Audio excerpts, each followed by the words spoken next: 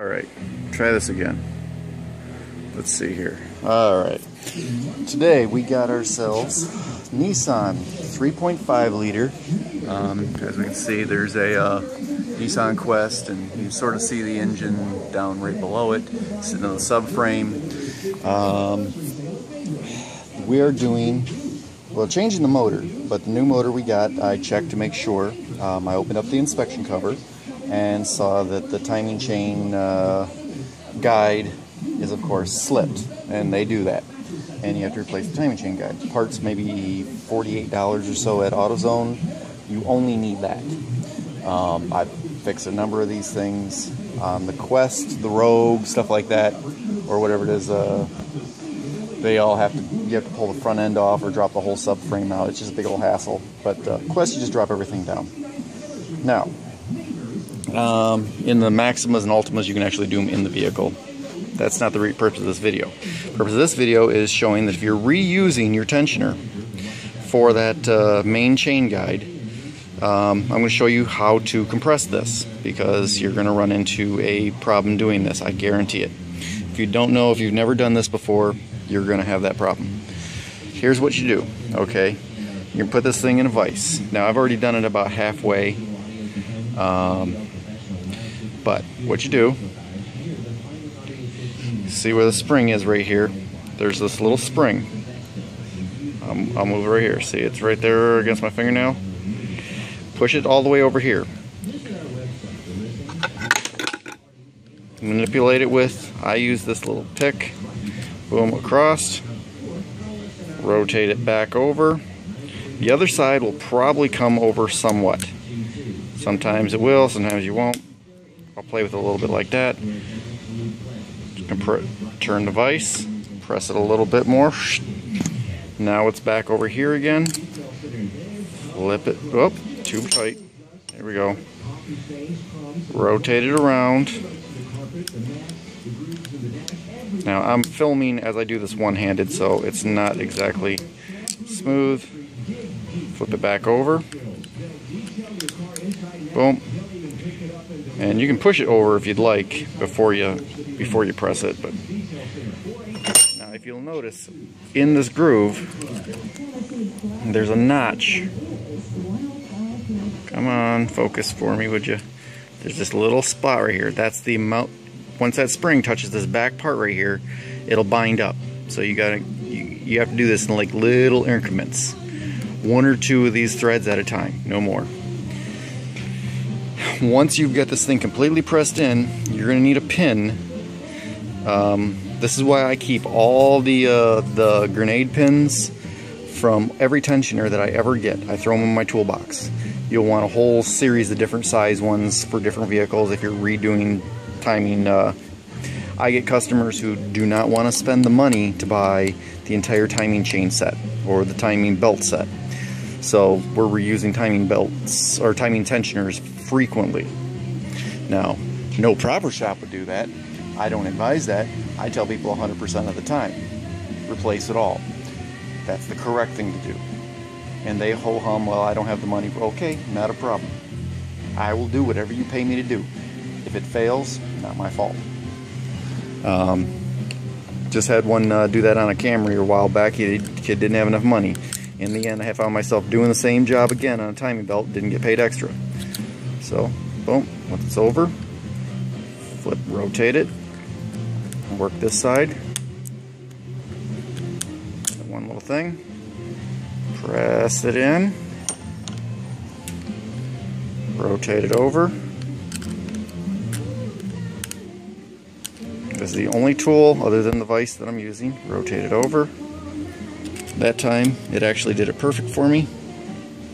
Oh, it's actually not quite the best. But you see how much further in we are. Once you get this face right here, this big groove, lined up with this hole, that's when you're going to want to put your pin. The way to tell, right here, we're going to head on over here to the timing cover. The way to tell if this is your problem, if you have a timing chain rattle, you'll get it when during first startup, cold startups. It'll get worse and worse. You take off these 3 screws, you'll be able to see in. Here's your timing chain. This is the motor it's going in. I just noticed this one's a problem. That motor is going to be for sale. It actually does run and drive. It has a timing chain rattle. Its valve cover gaskets leak. I heard the rear main seal leaks a little bit. But it's got 200,000 miles on it. This one has less. But they all fail in the same way. If you look right here, here's where the tensioner is going to bolt to. And this is the point of failure. Which I'm sure if you've been aware, there's a lot of videos about this. This little tab right here on these breaks off, and instead of the tensioner pushing, that little hydraulic tensioner right there, instead of it pushing right here on that, this slides down, and you'll look inside and you'll see, when you open up that inspection cover, you'll see that instead of it pressing against this hard point, it'll probably be pushing up against this metal, and you can see where it's been banging up against the metal right there. I'm 90% certain that if I were to pull that one off, it's going to be the same situation, if not worse. So, this part right here is the only part you need to replace to fix this problem, unless you've got excessive chain wear. The other guides are breaking down, and should they all be replaced? Yes. I've only seen one time when more than this one needed to be replaced, ever. So you can get the part for 50 bucks. You can do your water pump at this time if you'd like. I have everything marked: sprocket, the chain, sprocket, chain, housing, sprocket, chain, housing, sprocket, chain, housing. You can't see it right there, but it's there. All the way around. On the crank, I did it down here, and I'm not too sure if this is top dead center. I really wasn't too worried about it because they're not moving that much, but seemed to be. So that's how I did it. Once you get the new chain tensioner, you're gonna have a little trouble rotating this back cam, but bolt your new tensioner in. Boom. May or may not come with a bolt. Make sure it's greased and slides correctly.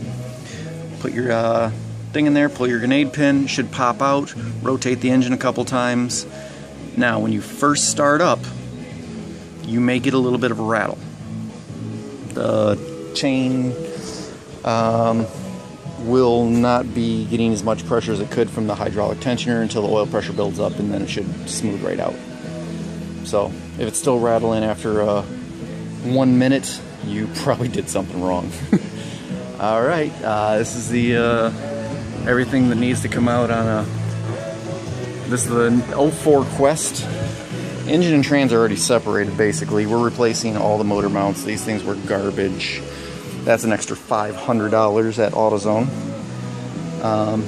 Here's that timing cover inspection. Now in a vehicle, you can get these out, sure. They're gonna be a bitch to get at a little bit.